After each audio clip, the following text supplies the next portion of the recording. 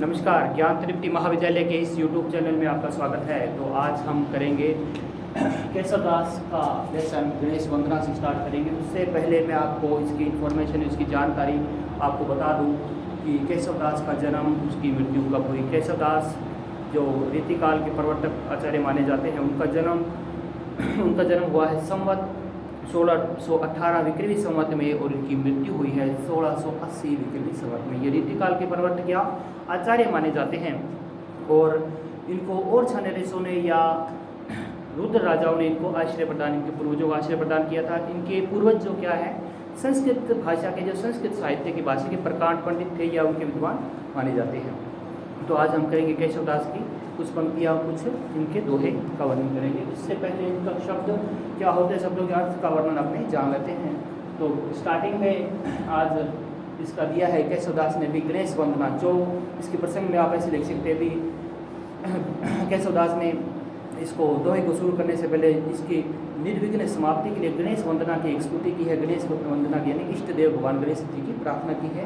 तो स्टार्ट हो रहा है अपना गणेश वंदना से। बालक बरनाल की जो तोरी डारे सब काल, कठिन कराल जो अवतार दीह दुख को, विपति हर फटी पद्मिनी के बाद सम पंख जो पताल पे पटवे कलुख को, दूरी के कलक अंक भव शीस सम रखत है केशवदास दास के मुख को, सांकर को सांकरण सन्मुख हो तोरे बबु मुख दसमुख मुख जो है गजमुख मुख को, दसमुख मुख जो है गजमुख मुख को। आगे इसके शब्दार्थ देख लेते हैं पहले।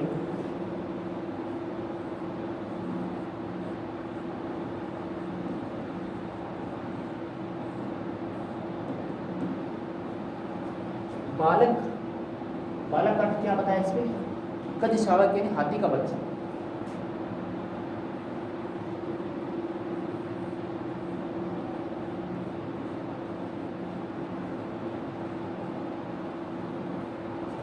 मरनालिनी, मरनालिनी यानी कमललाल या कुमुदनी।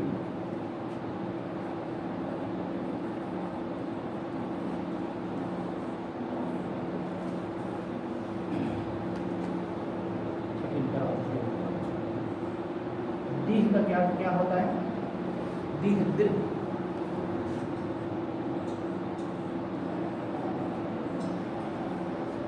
विपति हर हटी पद्मिनी, हटी यानी हट करके,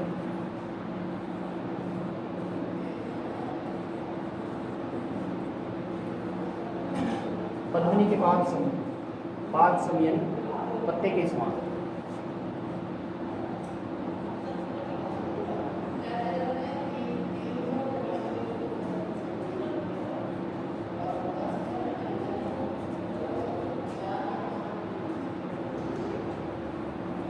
जो पताल पे पटवे कलुक को, दूरी के कलक, कलक यानी विकार या कोई पीड़ा या दुख।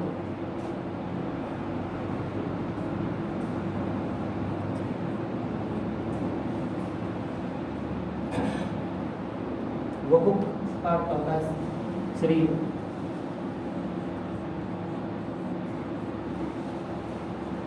सांकर को सांकर की, सांकरे यानी संकटों में पड़ा हुआ।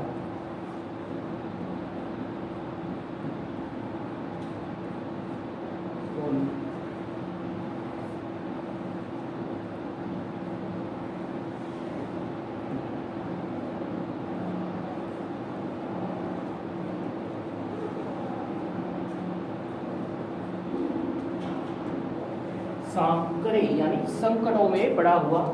सांकरण यानी सांकरणी यानी सांकलों में या जंजीरों में।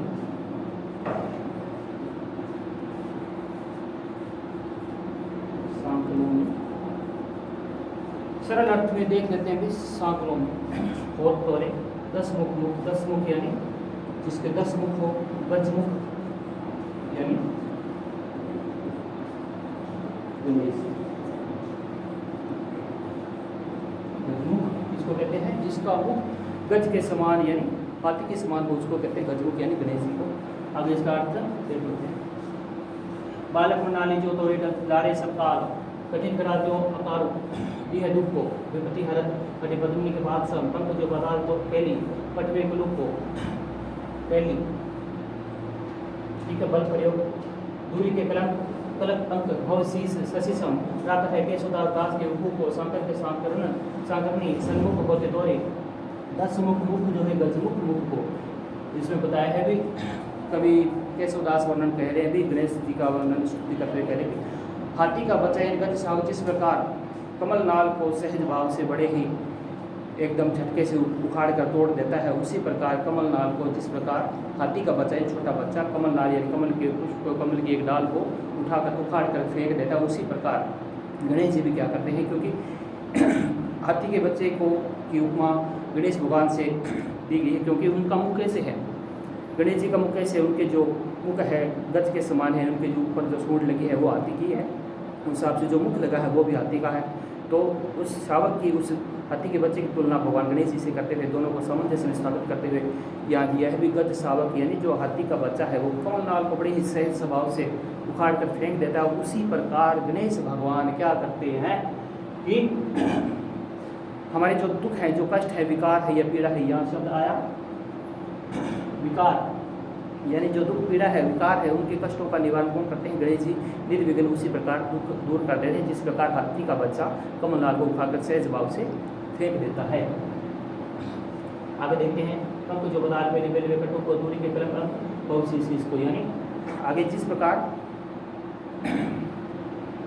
गणेश जी इस प्रकार सभी दुखों को निवारण कर देते हैं और जिस प्रकार गज शावक जो है वो क्या करता है अपने बल प्रयोग से कीचड़ में अपना पाँव रखता है, यानी हाथियों में पूरा बल होता है और अपने पूरे बल से वो अपने पाँव इस कीचड़ में रखता है, तो कीचड़ क्या है पाताल में यानी पंख जो पाताल के यानी वो पाताल में चला जाता है यानी जमीन के अंदर धस जाता है।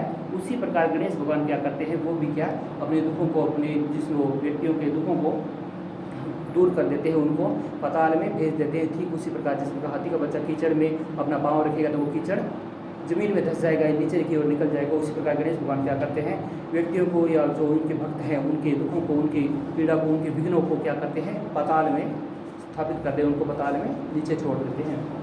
लाकर है केशवदास के दुख को यानी केशवदास जी कहते हैं कि उनके शरीर की तुलना उनकी दुख का वर्णन ऐसे कर रहा हूँ जिस प्रकार से सांकट को सांकड़ी यानी जिस प्रकार संकटों में जो सांकड़ों से जंजीरों से जो व्यक्ति बंधा हुआ है उसको देखकर भगवान गणेश की कृपा जिस प्रकार उसमें होती है तो वो सांकड़ें या जंजीरें स्वयं ही उसकी दूर हो जाती है या उससे मुक्त हो जाता है। किस प्रकार क्यों हो जाती है वो गणेश जी की भक्ति करता है, उसकी कृपा प्राप्त गणेश जी की होने से उसके जो संकट है सांकड़ों से जंजीरों से बंधा हुआ जो व्यक्ति है वो क्या उसकी सांकड़ें उसके कृपा से भगवान गणेश जी की कृपा से उसकी जो सांकड़ें हैं वो टूट जाती है, जंजीरों से वो मुक्त हो जाता है। इसका वर्णन यहाँ कोई ने किया है 10 मुख जब गजमुख मुख हो यानी जो 10 मुख वाले जो लोग हैं 10 मुख वाले जो व्यक्ति हैं वो क्या करते हैं गजमुख मुख को वो क्या 10 मुख वाले जो लोग हैं या 10 मुख यानी 10 मुख के समान जो त्रिदेव है यानी एक हो गया त्रिदेव 10 मुख के समान ब्रह्मा के 4 मुख और विष्णु का 1 मुख और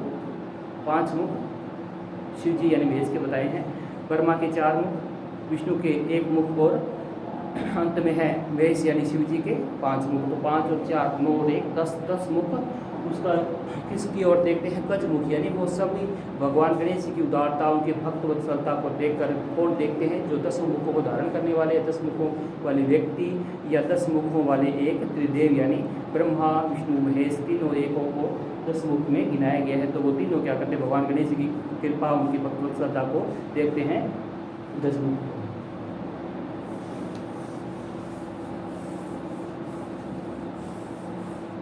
आगे आता है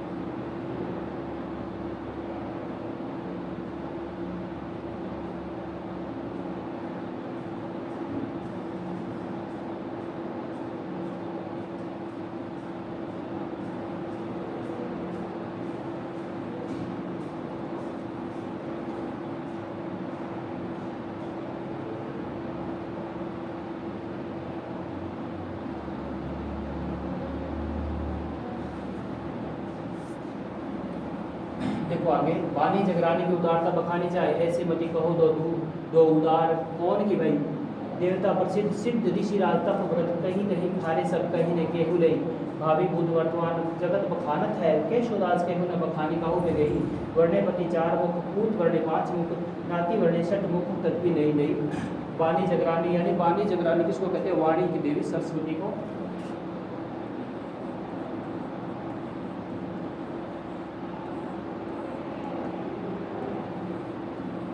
वाणी देवी सरस्वती।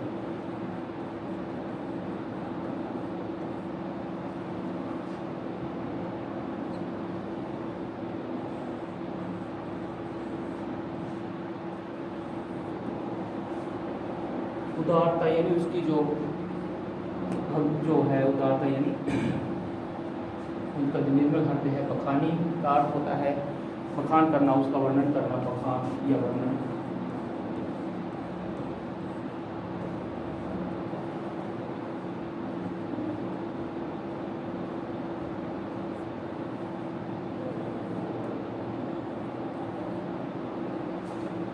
ऐसी मति कहो तो उदार कौन कि भाई देवता प्रसिद्ध सिद्ध ऋषिराज ने ऋषिगण तक तुरंत आहे कहीं कौन नहीं भावी भूत भावी यानी भविष्य में भूत यानी भूतवाणी जो चला गया है वर्तमान जो वर्तमान जगत में बखानत उसका वर्णन करना। केशोदास ये तेहु को बखानी उसको केशोदास के रेन बखानी उसका वर्णन भाव पे गई। वर्णेपति यानी जो उसके पति के वर्णन किया है पति का वर्णन इसमें ब्रह्मा को दर्शाया है पति इसमें ब्रह्मा को दर्शाया है।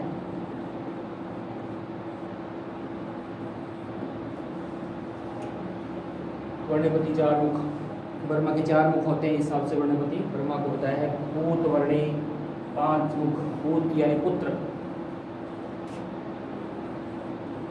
पुत्र कौन है? महेश जी को क्या कहते हैं? शिव।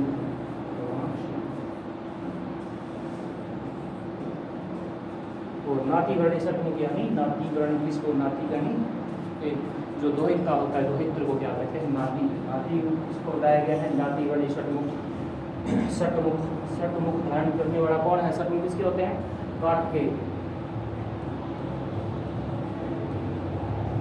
स्वामी कार्तिकेय।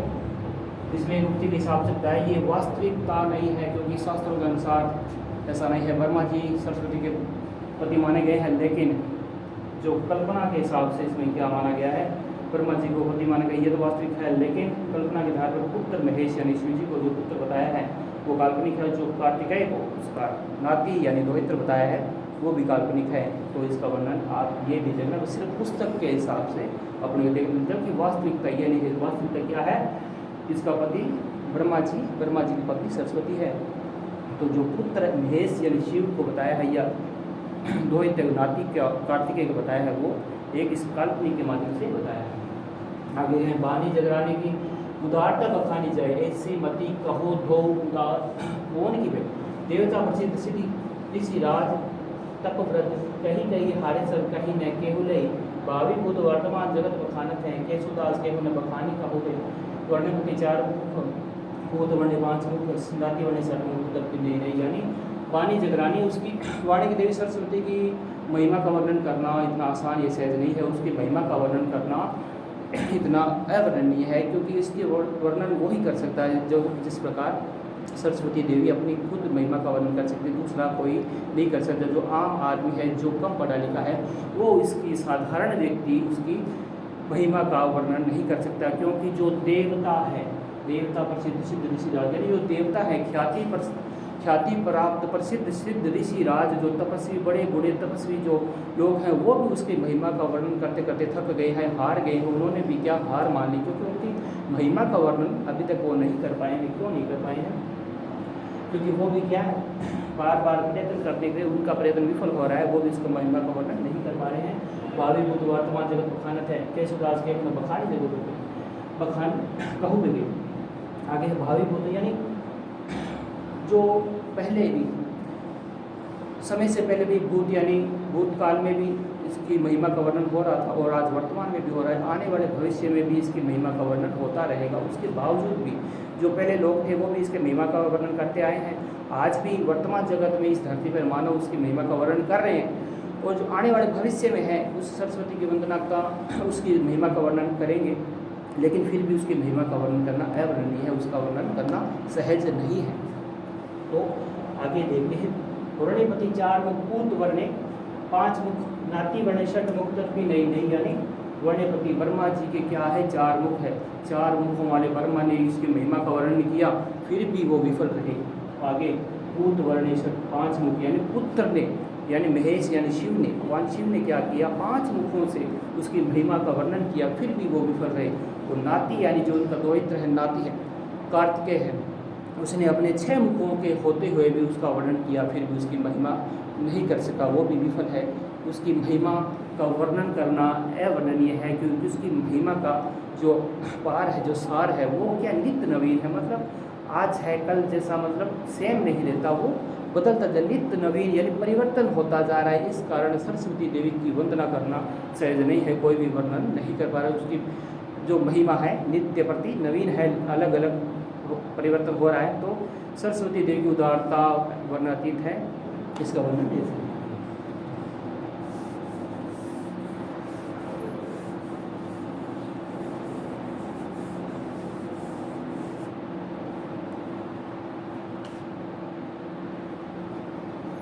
आगे है पूर्ण पुराण अरूप पुरुष पुराण परिपूर्ण बतावे न बतावे और उक्ति को दर्शन देत जिन्हें दर्शन समुझे न लेती नेति कहे वेद छाड़ी आन युक्ति को जानी यह के सुदास अनुदिन राम राम रटत रहत न डर पुनरुक्ति को रूप देही अणिमा में गुणी गुण देही गरिमा में भक्ति देही महिमा ही नाम देही मुक्ति को। इनके शब्द जान लेते हैं। परिपूर्ण यानी सारे पुराण, पूर्ण पुराण यानी सारे पुराण यानी पूरे पुराण। अरूप पुरुष पुरुष पुरुष पुराण यानी आपत पुरुष। परिपूर्ण यानी पूर्ण रूप से बतावे न बतावे और उक्ति को दर्शन दे जिन्हें दर्शन समुझे नेति नेति यानी अंतर रहित या नहिति साड़ी यानी युक्ति को यह जाने के सुदास अनुदिन अनुदिन बार बार राम राम वह पुनरुक्ति को यानी उसका पुनरुक्ति पुनः वापस उसका दोहराव। रूप देही रूप का स्वरूप अणिमा मही यानी एक सिद्धि होती है, अष्ट सिद्धि नवनिधि जिस प्रकार 8 सिद्धियाँ होती है उसमें एक नाम आया है अणिमा मही यानी एक सिद्धि है। गरिमा मही ये भी एक सिद्धि है, महिमा मही ये भी एक सिद्धि है, नाम देही मुक्ति को। आगे देखते हैं इसका वर्णन शब्दार्थ इसका व्याख्या।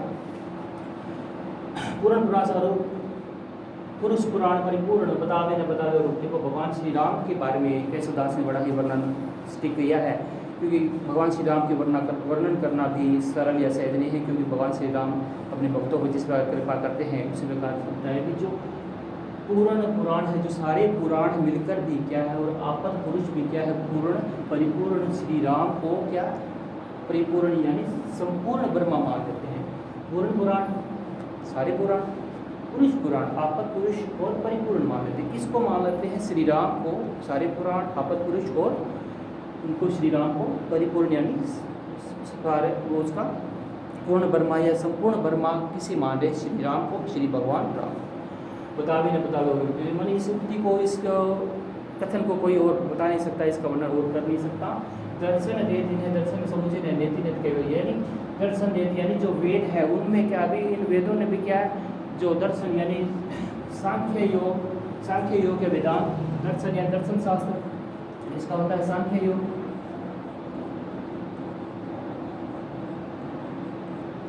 सांख्य योग दर्शन या दर्शन शास्त्र, सांख्य योग जो दर्शन शास्त्र है वो भी इस उक्ति को समझे नहीं है अभी ये क्या महिमा है।